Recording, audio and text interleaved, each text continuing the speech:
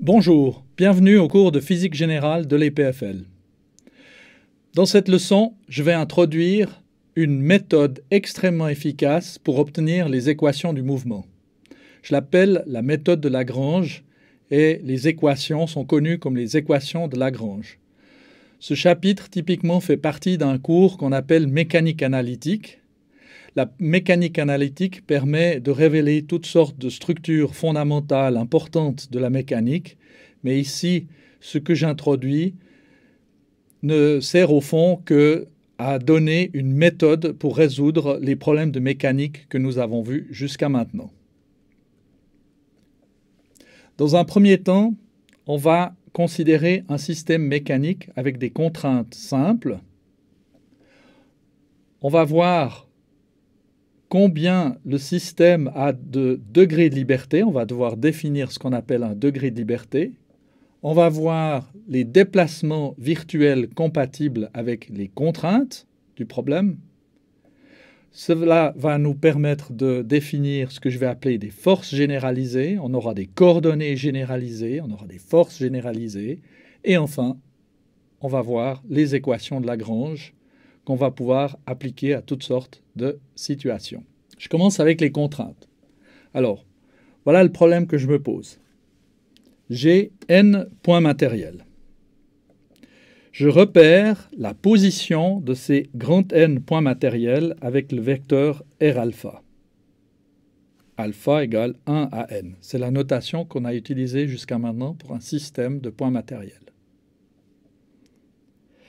Maintenant, j'imagine que mon système est tel que j'ai des contraintes géométriques que je peux exprimer de la manière suivante. Vous voyez ici une série d'équations.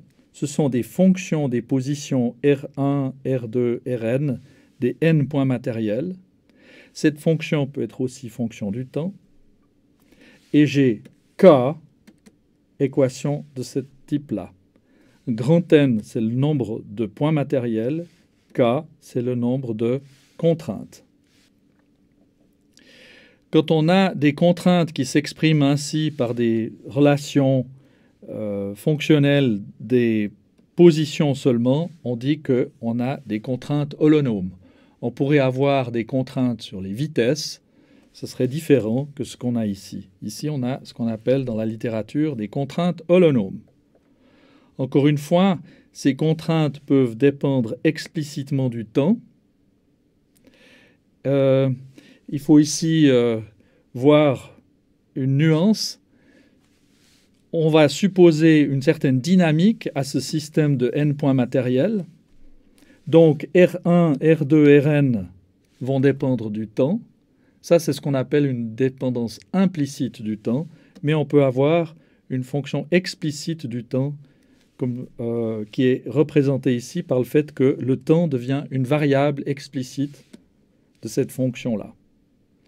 Par exemple, on a vu le problème de la bille qui est astreinte à se déplacer dans un anneau et l'anneau tourne autour d'un axe vertical.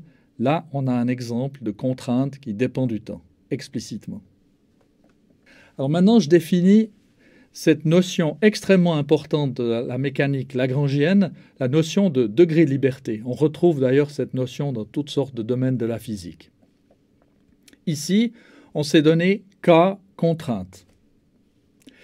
Et on avait n points matériels, donc on avait 3n coordonnées pour représenter les positions de ces n points matériels. On peut choisir d'exprimer k de ces 3n coordonnées en fonction des autres. Il nous reste à ce moment-là 3n moins k coordonnées indépendantes. Ce nombre, 3n-k de coordonnées indépendantes qu'il faut et qui suffisent à décrire la position du système de points matériels, ce nombre que j'ai noté petit n, c'est ce qu'on appelle le nombre de degrés de liberté. On va utiliser des coordonnées généralisées, n, petit n coordonnées généralisées, pour définir la position des points matériels du système. Prenons un exemple. Vous avez un point matériel, un seul, astreint à se déplacer sur une sphère. Il faut deux angles pour définir la position de ce point matériel, donc on aura 2 degrés de liberté. Si maintenant ce point matériel est attaché à un fil de longueur fixe, sans masse, qui est accroché au pôle nord de cette sphère, alors vous n'avez plus que 1 degré de liberté. Votre point matériel se déplace toujours sur une surface à 2 dimensions, la sphère, mais il suffit d'un seul angle, il suffit d'une coordonnée généralisée pour décrire la position du point matériel. Donc, dans ce cas de deuxième cas, on dira que n vaut 1. Alors, maintenant, la notation usuelle, c'est de noter ces coordonnées. Pourquoi généraliser? Parce que ça peut être ou bien une distance, ou bien un angle. La notation usuelle, c'est de les noter Q1 à Qn. Et maintenant, les positions de nos grands N points matériels sont données comme des fonctions des coordonnées généralisées et du temps, le temps pouvant apparaître explicitement dans ces fonctions. Pour vous souvenir un peu mieux de cette notation, si vous pensez à un solide, le nombre de degrés d'un solide, on l'a vu, c'est entre 1 et 6. Le nombre de points matériels qui définissent ce solide peut lui être beaucoup plus grand. Donc j'ai utilisé grand N pour le nombre de points matériels, petit n pour le nombre de degrés de liberté. Prenons un exemple de contrainte qui dépend du temps. Je vous invite à considérer la situation suivante. On imagine que ceci est une horizontale et qu'il y a une trappe qui s'ouvre dans ce plancher. Ici, vous avez la trappe. Et ici, j'ai défini l'angle et je suppose ici que j'ai quelque chose comme A fois T avec A une constante. Donc, j'ai une équation horaire qui est fixée. Quel est le nombre de degrés de liberté de ce problème? Alors, je m'excuse. Ici, on a, comme au lieu d'un point matériel, j'ai un bloc. Ça, c'est l'objet dont je veux étudier la dynamique. Combien de degrés de liberté j'ai pour ce bloc? Eh bien, il y en a 1. On se déplace dans un plan vertical. Ça, c'est un espace à 2 dimensions. Mais la coordonnée θ étant fixée, il n'y a que ce déplacement marqué par la coordonnée S qui est notre coordonnée généralisée. Et maintenant, je pose la question suivante. Quel est le déplacement que j'aurais, et je parle d'un déplacement virtuel, quel est le déplacement que j'aurais si le bloc se déplaçait le long de la contrainte quand j'enlève le mouvement de la contrainte? Eh bien, je l'ai noté ici, ΔR, c'est un glissement le long de cette trappe. Ça, j'appelle le déplacement virtuel compatible avec les contraintes. Quand on a une contrainte comme cette trappe qui s'ouvre, ce déplacement virtuel, ΔR, n'est pas la même chose que VDT. Ça serait DR, marqué ici. Pourquoi? Parce que dans un temps dt, il y a bien un déplacement du bloc le long de la trappe, mais il y a aussi le fait que la trappe descend. Donc on a un d de r qui est distinct du ΔR.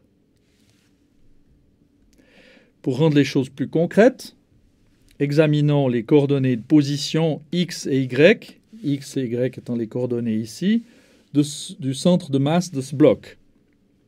Alors je vais écrire x égale s cos at, où at c'est la valeur de l'angle θ en fonction du temps, et y égale moins sin at.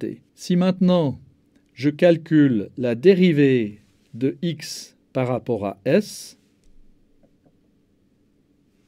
vous avez cos at si je calcule la dérivée de y par rapport à s, j'ai moins sin at. Et vous voyez qu'ici, on a cos at moins sin at. C'est un vecteur unité dans cette direction-là, donc dans la direction du déplacement. Donc, quand je prends un vecteur R comme ceci, et maintenant je calcule d de R, ici j'ai calculé d de R sur d de S, j'ai un vecteur dans la direction tangente à la contrainte. Et donc, si je multiplie par ds, si j'ai un déplacement ds comme ceci, alors j'obtiens mon delta R. Donc on voit comment on calcule un delta R dans ce cas-là, qui est donc un déplacement virtuel compatible avec les contraintes. Comment est-ce qu'on va faire pour définir le déplacement virtuel compatible avec les contraintes en toute généralité? Eh bien, on va considérer le vecteur position de la particule alpha quand les variables, les coordonnées généralisées Q1, Qn sont augmentées d'un certain delta Q1, delta Qn, et on fait la différence avec la position de la particule alpha quand on est à une position donnée par Q1 et Qn. Encore une fois, si on n'avait qu'une coordonnée qui varie, comme la coordonnée S pour le problème de la trappe, on a juste ici la S qui varie d'un certain delta S, et on compare avec le R qu'on a quand delta S égale 0. Et ça nous donne le déplacement virtuel compatible. Mais ici, on a plusieurs. On suppose dans toute généralité qu'on a un déplacement qui est défini par plusieurs coordonnées généralisées. Et donc, si ces déplacements sont infinitésimaux, je peux écrire ce delta R de la manière suivante. Je calcule la dérivée d de R sur d de Q J, et j'aurais pu écrire J égale 1 à n le nombre de degrés de liberté. Et je multiplie par le delta QJ. Au fond, pour calculer cette différence, je regarde la variation quand Q1 varie, la variation de la position quand Q1 varie, quand Q2 varie, quand Qn varie. Et je l'exprime avec cette règle de développement limité qu'on connaît bien maintenant. Maintenant, je vais m'attacher à faire une description de la dynamique où je supprime les forces de contrainte. On verra à la fin de la théorie qu'on peut très bien calculer les contraintes par la méthode de Lagrange, mais dans un premier temps, on va s'attacher à les supprimer. Donc, je vais faire une décomposition des forces. Je vais supposer que j'ai des forces de contrainte et d'autres forces. J'utilise le symbole simplement F pour toutes les autres forces. Et donc, les forces totales, c'est les forces de contrainte plus toutes les autres forces F. Maintenant, j'écris pour un seul point matériel F égale ma. Et ici, j'ai écrit force moins masse fois l'accélération égale 0. Je considère un déplacement virtuel compatible avec les contraintes et je multiplie l'équation de Newton par ce multiplication, donc c'est un produit scalaire, par ce vecteur de déplacement virtuel compatible avec les contraintes, comme ceci. Et dans cette équation-là, j'ai un produit scalaire des forces de contrainte fois les déplacements virtuels. Alors vous vous souvenez qu'on avait dit que les forces de contrainte sont des forces normales à la courbe ou à la surface qui définit la contrainte. Sinon, ce serait une autre physique que cette force décrirait. Donc on a ce produit scalaire des forces de contrainte et des déplacements virtuels qui est nul. Alors il nous reste ceci. Ça, c'est pour un point matériel. Et si on a plusieurs points matériels, il suffit de sommer sur tous les points matériels. On a une expression de la dynamique qui est plus complexe qu'avant, mais on a quelque part simplifié le problème parce qu'on a enlevé toutes les forces de contrainte. Maintenant, je vais regarder dans le principe, cette équation-là est connue comme le principe de D'Alembert. Je vais, dans un premier temps, regarder ce terme-là, des forces, produits scalaires avec les déplacements compatibles. Ça, c'est les autres forces du système, pas les forces de contrainte. Je vais regarder ces termes-là. Et qu'est-ce que je fais? Je vais exprimer, je vous rappelle qu'on avait dit delta R alpha, le déplacement virtuel compatible avec les contraintes, c'était la somme sur toutes les coordonnées généralisées, des dérivées des positions, dérivées par rapport à la coordonnée QJ fois un petit déplacement, un petit changement delta QJ de cette coordonnée. Cette formule-là, c'est celle-là que je mets ici, et je mets la somme sur J en avant. Et maintenant, j'observe que je peux faire l'écriture suivante. Je peux écrire somme sur J de ça fois delta QJ. J'ai écrit grand QJ fois delta QJ, où ce grand QJ, c'est ce qu'on appelle la force généralisée, cette somme sur les points matériels, alpha égale 1 à grand N, de ces produits-là. Maintenant, je reprends encore une fois mon principe de D'Alembert, et maintenant, je vais porter mon attention sur les termes cinétiques, donc les termes avec la vitesse. Alors là, je suis un peu désolé, j'aime beaucoup ce chapitre, vous allez beaucoup aimer cette méthode, je le sais pour avoir enseigné pendant de nombreuses années, mais le passage qui vient maintenant est un peu lourd. Alors je me propose d'abord donner le résultat et puis ensuite de le démontrer. Donc ce que je vais montrer, c'est ça. Je vais montrer pour une masse, donc on va enlever les sommes sur alpha, c'est assez compliqué sans ce détail. Je vais montrer que ce terme-là, je peux l'écrire comme ceci. Alors vous reconnaissez quelque chose de sympathique dans cette formule, c'est le 1/2 de mv carré, l'énergie cinétique de la particule de masse m. Vous voyez que vous avez une somme sur J, somme sur des déplacements, des variations des coordonnées généralisées. Ici, j'ai réécrit m dv sur dt comme mr point point. Et maintenant, le delta R, donc je m'engage dans la démonstration de cette formule. Le delta R, j'applique sa définition. J'ai donc une somme sur J qui vient. Ensuite, je me dis que ce terme-là, je peux l'écrire comme la dérivée par rapport au temps de mr point fois ça. C'est ce que j'ai écrit ici. Mais quand j'écris cela, j'introduis bien le terme mr point point qu'on a là, mais j'introduis aussi le terme, parce qu'on a un produit ici, donc on va avoir deux termes, et quand j'écris ce terme, j'introduis un mr point fois le d sur dt de ça, qu'on n'avait pas, donc je dois l'enlever. C'est ce que j'ai écrit ici. Ici, on a mr point d sur dt de ça, et je l'enlève. Bon. Maintenant, il faut qu'on travaille sur ces termes-là et celui-là pour arriver au résultat final.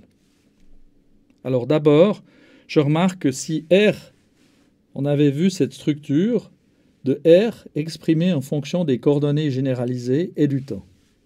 Si R est comme ceci, alors la vitesse, pour calculer la vitesse, comme Q1 est une fonction du temps, jusqu'à Qn fonction du temps aussi, pour calculer dr sur dt, il faut calculer dr sur dqj fois qj point, et puis pour le dernier terme, d de r sur dt. Attention que là, on a un d rond, c'est pour dire qu'on fait la dérivée là où t apparaît explicitement dans cette fonction. Maintenant, dans cette formule-là, on se souvient que R, comme c'est écrit ici, est une fonction des Q, mais pas des Q points. Donc, en examinant cette formule, on va dire que si je dois calculer d de V sur d de QJ, point, pardon, d de V sur d de QJ, point, ce que j'ai écrit ici, eh bien, ni ceci ni cela dépendent des QJ points, donc tout ce qui reste, c'est d de R sur d de QJ. On a une drôle de formule ici, dont on n'a pas l'habitude, qui vient de la structure qu'on s'est donnée ici. Alors, voilà que le d de R sur d de QJ que j'ai là, je vais pouvoir le remplacer par d de V sur d de QJ point. Vous allez voir que ça nous rapproche de ce résultat. Maintenant, on doit encore voir qu'est-ce qu'on fait de ceci. Alors, le d sur dt, d de R sur d de QJ, où j'ai explicitement mis les variables ici, je dois calculer maintenant la dérivée par rapport à Q1, QI, Qn. J'ai écrit ici somme sur I, d carré R sur dQi, dQj. Et je somme sur I, fois les QI points.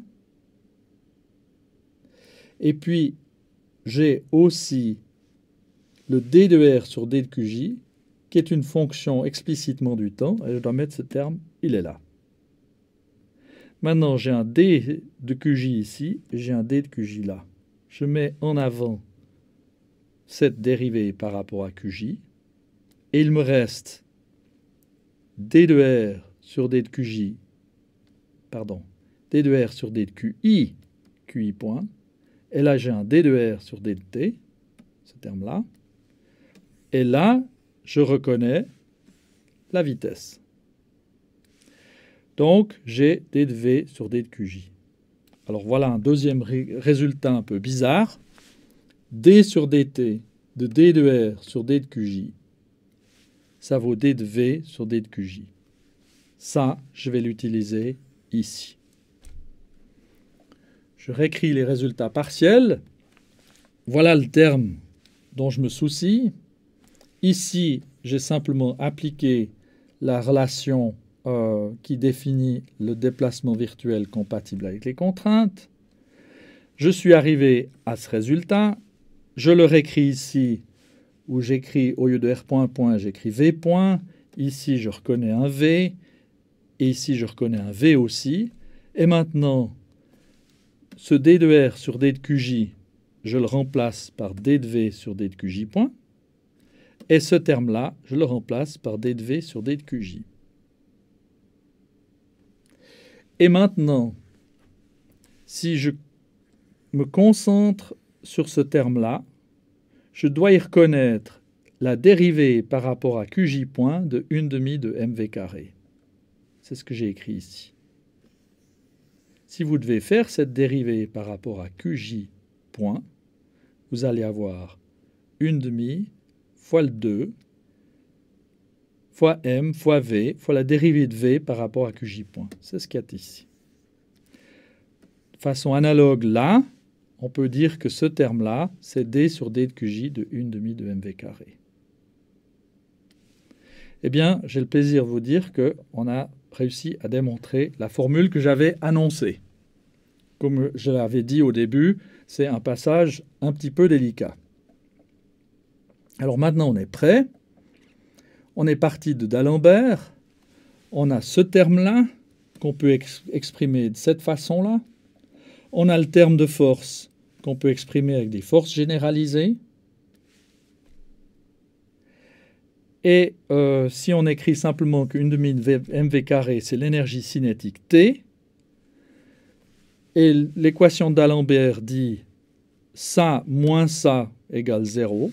Donc j'ai ce terme-là moins le terme de force, somme sur J fois les delta QJ égale à 0. Et maintenant, ces coordonnées généralisées sont indépendantes les unes des autres. je dois avoir cette équation-là, quel que soit le choix que je prends pour des delta QJ. Donc, ce qu'il faut, c'est que le terme dans la parenthèse soit nul. Et j'ai le plaisir de vous annoncer que ça, c'est la première forme des équations de Lagrange. Si maintenant vous avez plusieurs particules, il faut ajouter dans tout ce que j'ai fait des sommes sur alpha. Vous ferez apparaître l'énergie cinétique, la somme des 1/2 de m alpha v alpha au carré, somme sur toutes les particules. Et on l'avait déjà vu, pour la force généralisée, il suffit de sommer ces termes-là sur tous les alphas. Et la formule revient la même chose et vous avez la même conclusion, les équations de Lagrange de premier type. Maintenant, je vais particulariser un problème où toutes les forces dépendent d'un potentiel. Alors écrivons-le. On va supposer que ces forces-là, toutes dérivent d'un potentiel. Alors, je vais simplement ajouter le terme pot pour dire qu'on a maintenant des dérivées, des forces généralisées qui dérivent d'un potentiel. Le F dérive d'un potentiel, ça veut dire, si je l'écris en coordonnées cartésiennes, que je dois calculer d de v sur d de x, alpha i. I, c'est la ième coordonnée. I va de 1 à 3. Et puis ici, on a d de xi sur d de qj. C'est ce que j'ai écrit ici. Et maintenant, vous reconnaissez dans cette expression quelque chose qu'on voit souvent. On a d de v sur d de x sur d de qj.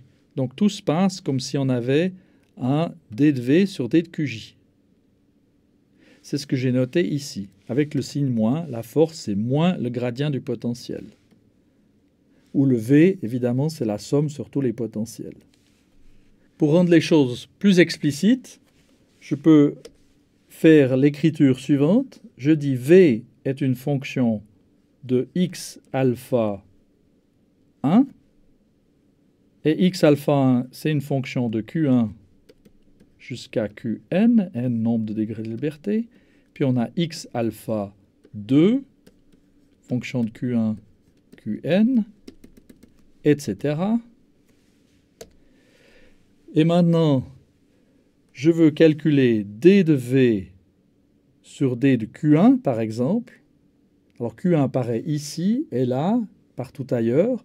Donc il faut bien calculer d de v sur d de x alpha 1 fois d de x alpha 1 sur d de Q1. C'est ce genre de terme qu'on a ici. Maintenant, je peux reprendre mon équation de Lagrange et je vais mettre un Q de cette forme-là. Vous voyez que ce terme, mon moins dv sur d de qj, je peux l'introduire ici, il passe de l'autre côté du signe égal, il change de signe, donc ça devient plus, d de v sur d de qj. Maintenant, le potentiel ne dépend en aucun cas des Q-points. C'est impossible d'avoir un potentiel qui dépend des vitesses. Donc je peux gratuitement rajouter le V dans ce terme-là. Et j'ai l'équation qui a cette structure-là. Alors je définis ce qu'on appelle le Lagrangien, L qui vaut T moins V. Et mon équation de Lagrange prend cette forme-là. Pourriez-vous poser la question, qu'est-ce qui se passe si on a des forces qui dérivent du potentiel et des forces qui ne dépendent pas? Bon, celles qui ne dérivent pas d'un potentiel, celles qui dérivent d'un potentiel, on peut faire cet exercice-là, passer de l'autre côté. Et pour les autres, on les laisse ici. Et donc, on a, en toute généralité, un L qui est défini pour toutes les forces qui dérivent du potentiel, et ici, les forces généralisées, NC pour non conservatives, celles qui ne dérivent pas d'un potentiel. Voilà vous avez toutes les formes possibles des équations de Lagrange.